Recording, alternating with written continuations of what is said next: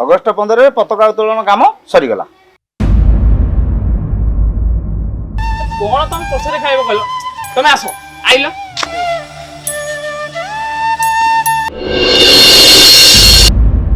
ନିଜ ଭଉଣୀ ହାତରୁ ଆଗ ରାକ୍ଷୀ ବାନ୍ଧିବ, ଏ ସୁଯୋଗ କେବେ ହାତ ଛଡା କରିବନି।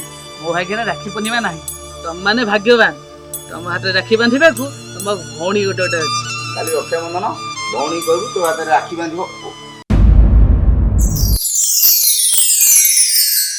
ସରି ବଣ୍ଟି ସରି।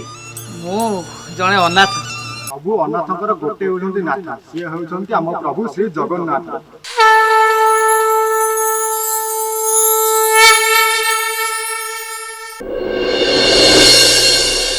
ଗୋଟିଏ ଭାଇ ଥିଲା, କିନ୍ତୁ ଆଜିକୁ ମୋର 2 ଜଣ ଭାଇ, ଜଣେ ଜଗା ଆଉ ଜଣେ ବଳିଆ।